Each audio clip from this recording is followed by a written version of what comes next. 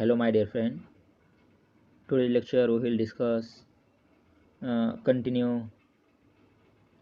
करते हैं हमारा chapter types of chemical reaction. पिछले जो लेक्चर लिया है इसमें हमने देखा है कि बैलेंस कैसे रिएक्शन करते हैं, फिजिकल चेंजेस, केमिकल चेंजेस क्या होते हैं। तो आज के लेक्चर में हम देखने वाले types of chemical reactions. Chemical reaction से कुछ टाइप्स है जैसे कि कॉम्बिनेशन रिएक्शन, ऑक्सीडेशन और डिस्प्लेसमेंट, डबल डिस्प्लेसमेंट रिएक्शन। तो क्या टाइप्स है हम इस लेसन में देखेंगे। तो chemical reactions are classified into four types in accordance with the nature and the number of the reactants and product। तो देखते हैं एक एक करके क्या होता है रिएक्शंस की टाइप्स। फोर टाइप्स है। फर्स्ट है कम्बिनेशन रिएक्शंस। उसका नाम भी है कम्बिनेशन रिएक्शन, कुछ तो एडिशन करते हैं इसमें हम। तो देखते हैं कम्बिनेशन रिएक्शन क्या होती है। तो कम्बिनेशन रिएक्शन की डेफिनेशन ऐसी है, व्हेन टू और more reactants combine in a reaction to form a single product it is called as combination reaction. दो प्रोडक्ट होते हैं और इससे कंबाइन करके एक दो रिएक्टेंट होते हैं और उसको कंबाइन करके एक प्रोडक्ट हमें मिलता है, it is called as combination reaction. For example यहाँ पर कुछ रिएक्शंस है जैसा कि हम दिखाते हैं। ये हमारे रिएक्शन फॉर एग्जांपल ए। तो यहाँ पर दो प्रोडक्ट है, यहाँ पे Mg भी है और O2 भी है, यस, ऑक्सीजन भी है, मैग्नीशियम भी है। ये दो रिएक्टेंट है लेकिन प्रोडक्ट हमारा एक ही है, यहाँ पर दिया हुआ है। जैसा कि in this reaction magnesium oxide is form as a single product by combination of magnesium and oxygen. Okay, तो यहाँ पर दिया हुआ है। और एक नेक्स्ट रिएक्शन है, यहाँ पर भी दिया हुआ है, calcium oxide plus water molecules. ये है कैल्शियम ऑक्साइड और वाटर मॉलिक्यूल्स, ये दो है रिएक्टेंट और प्रोडक्ट हमारा एक ही है, CaOH2। ओके, कैल्शियम हाइड्रोक्साइड इसे बोलते हैं। तो ये है हमारी कॉम्बिनेशन रिएक्शन। तो कॉम्बिनेशन रिएक्शन में क्या होता है, रिएक्टेंट दो होते हैं और प्रोडक्ट एक रहता है, it is called as combination reaction. तो नेक्स्ट देखते हैं डिकम्पोजिशन रिएक्शन। तो हम डिकम्पोजिशन रिएक्शन किसे कहते हैं। तो डेफिनेशन है डिकम्पोजिशन की, the chemical reaction in which two और more products are form from a single reactant it is called as decomposition reaction.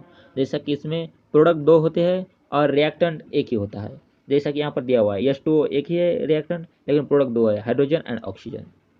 Okay, आपको लगेगा कि इतना जल्दी जल्दी क्यों कवर हो रहा है हमारा सिलेबस। तो मैं एक ट्रिक हिंट आपको दे रहा हूँ। ये सब थियोरेटिकल जो है ये आपको पढ़ने का है, लेकिन मैं जो टेक्निकल कंसेप्ट जो है वो कंसेप्ट मैं क्या करूँगा बताऊँगा, लेकिन वो थियोरी जो कुछ भी हो आपको पढ़ने का है। ओके, आप सुनेंगे ये लेक्चर तो आपका चैप्टर भी कवर हो जाएगा और आपको टेक्निक मिलेगी इस और एक हिंट मिलेगी इस चैप्टर लर्न करने के लिए। ओके, तो यहाँ पर दिया हुआ एग्जांपल है डिकम्पोजिशन का।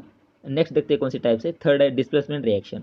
डिस्प्लेसमेंट रिएक्शन मतलब क्या होता है, यहाँ पर डेफिनेशन है, the reaction in which the place of the ion of a less reactive element in a compound is taken by another more reactive element by formation of own ion it is called as displacement reaction। तो displacement reaction में क्या होता है, हमारा कुछ अलग reactant है तो हम क्या करते हैं उसको रिप्लेस करते हैं क्योंकि वो रिएक्टिव नहीं होता है, तो दूसरा कौन सा भी हम मोर रिएक्टिव एलिमेंट ऐड करते हैं, it is called as displacement reaction. मतलब एक प्रोडक्ट निकालना और दूसरा ऐड करना, ये डिस्प्लेसमेंट रिएक्शन में होता है। आप ये थियोरेटिकल रीड कर सकते हैं। ओके, यहाँ पर मुझे लगता है कि एग्जाम्पल भी दिया हुआ है, नहीं ये आपको कंप्लीट करने का है। CuSO4 Fe के साथ होगी तो क्या होगा हमारा प्रोडक्ट, तो यहाँ ये आप कर सकते हैं। ओके, नेक्स्ट है डबल डिस्प्लेसमेंट रिएक्शन। इसमें क्या होता है, the reaction in which the ion in the reactant are exchange to form a precipitate are called as double displacement reaction. Okay, recall the activity 3 number की activity आप देख सकते हैं इसलिए। ओके, यहाँ पर दिया हुआ भी है तो आप रीड कर सकते हैं ये सब कुछ।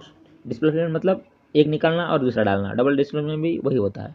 ओके, तो एंडोथर्मिक और एक्सोथर्मिक क्या होता है ये प्रोसेस हम देखने वाले हैं। Heat is observe and given away in various process and reactions accordingly process and reactions are classify as endothermic and exothermic. तो देखते हैं एंडोथर्मिक रिएक्शन क्या होती है और एक्सोथर्मिक रिएक्शन क्या होती है। थ्योरेटिकल तो आपको ही पढ़ना है लेकिन मैं सिर्फ ट्रिक बताऊंगा कि क्या होता है एक्सोथर्मिक और क्या होता है एंडोथर्मिक। ओके, जैसा कि for example melting of ice, dissociation of potassium nitrate in water, therefore this are endothermic process. Okay, और एक्सोथर्मिक प्रोसेस भी है आगे, जैसा कि प्रोसीजर आपको पढ़ने की है। मैं सिर्फ रिएक्शन कैसी फाइंड करनी है, एंडोथर्मिक है या एक्सोथर्मिक है, मैं सिर्फ बतलाऊंगा कि रिएक्शन में क्या होता है, हीट हम रिएक्टेंट में ऐड करते हैं, जैसा कि यहाँ पर हीट ऐड है तो इसे बोलते हैं हम एंडोथर्मिक रिएक्शन। एंड एक्सोथर्मिक में क्या होता है, बाय प्रोडक्ट में हमारी हीट निकल जाए। तो ये होते हैं एंडोथर्मिक और एक्सोथर्मिक रिएक्शन। नेक्स्ट देखते हैं रेट ऑफ केमिकल रिएक्शन। ये क्या होता है? Take into according to the time require for following process, classify them into 2 groups and give title to the group. तो ये तो आपको ही पढ़ना है, जनरल है। तो यहाँ पर दिया हुआ है factor affecting the rate of chemical reactions. इसमें दिया हुआ रहता है कि रिएक्टेंट का क्या होता है, कैसा होता है, इसके बारे में, और टेम्परेचर के बारे में। तो ये आपको ही पढ़ने का है, सिर्फ मैं बतलाऊंगा। ये नेचर ऑफ रिएक्टेंट्स, रिएक्टेंट्स का नेचर कौन सा होता है, जैसा कि हम बोलते हैं लिक्विड में, गैसेस में, और कुछ दिए हुए एलिमेंट आप पढ़ सकते हैं। और size of particle of reactants, size दी हुई है, तो ये सब आपको पढ़ने का है।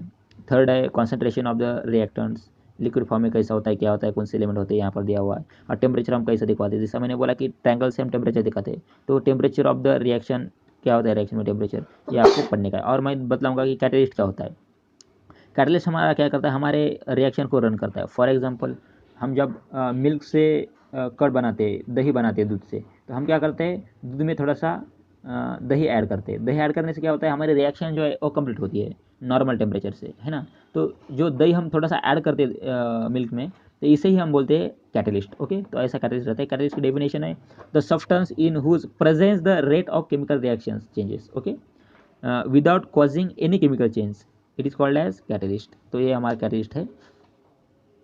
ऑक्सीडेशन और रिडक्शन क्या होता है, ये मैं बताऊंगा टेक्निक आपके लिए। ओके, ऑक्सीडेशन में हम क्या करते हैं, ऑक्सीजन एटम ऐड करते हैं रिएक्टेंट में यहाँ पर। और रिडक्शन में क्या होता है, हमारा H2 जो है वो बाहर निकलता है बाय प्रोडक्ट में।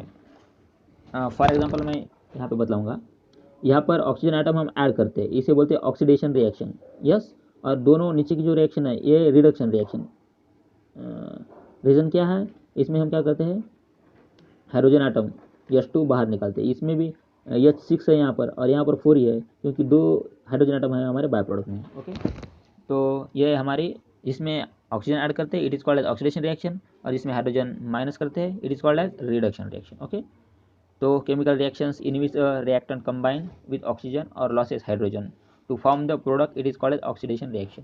तो देखते हैं, ये तो आपको पता ही है, रीड करो, ये रिएक्शन देखो क्या है। इस रिएक्शन में रिएक्टेंट हैज़ अंडरगोज रिडक्शन कैसा होता है, और कुछ इसमें करोजन के बारे में दिया हुआ है। करोजन मतलब हम जब आयरन पे देखते हैं, आयरन को हम कुछ दिन कहीं पे रखते हैं, तो इसमें क्या होता है, आयरन के ऊपर एक लेयर बनता है, it is called as corrosion. Okay, तो ये प्रोसीजर देखो कैसा करने का है, और रिएक्शन भी देख सकते हैं। लास्ट में दिया हुआ है रेंसिडिटी क्या होती है। रेंसिडिटी मतलब हम जब हमारा जो अन्न होता है, कुछ दिन के बाद हम देखते हैं तो क्या होता है, उसका सेंट भी आता है।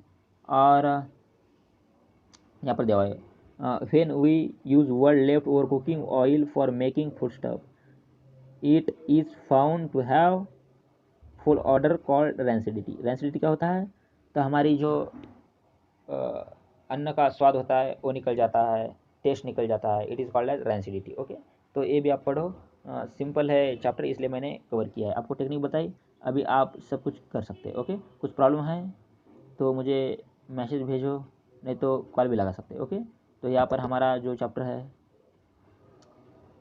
एंड होता है यहाँ पर।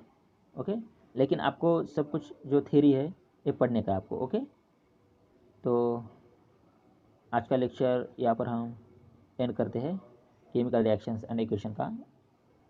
तो थैंक यू।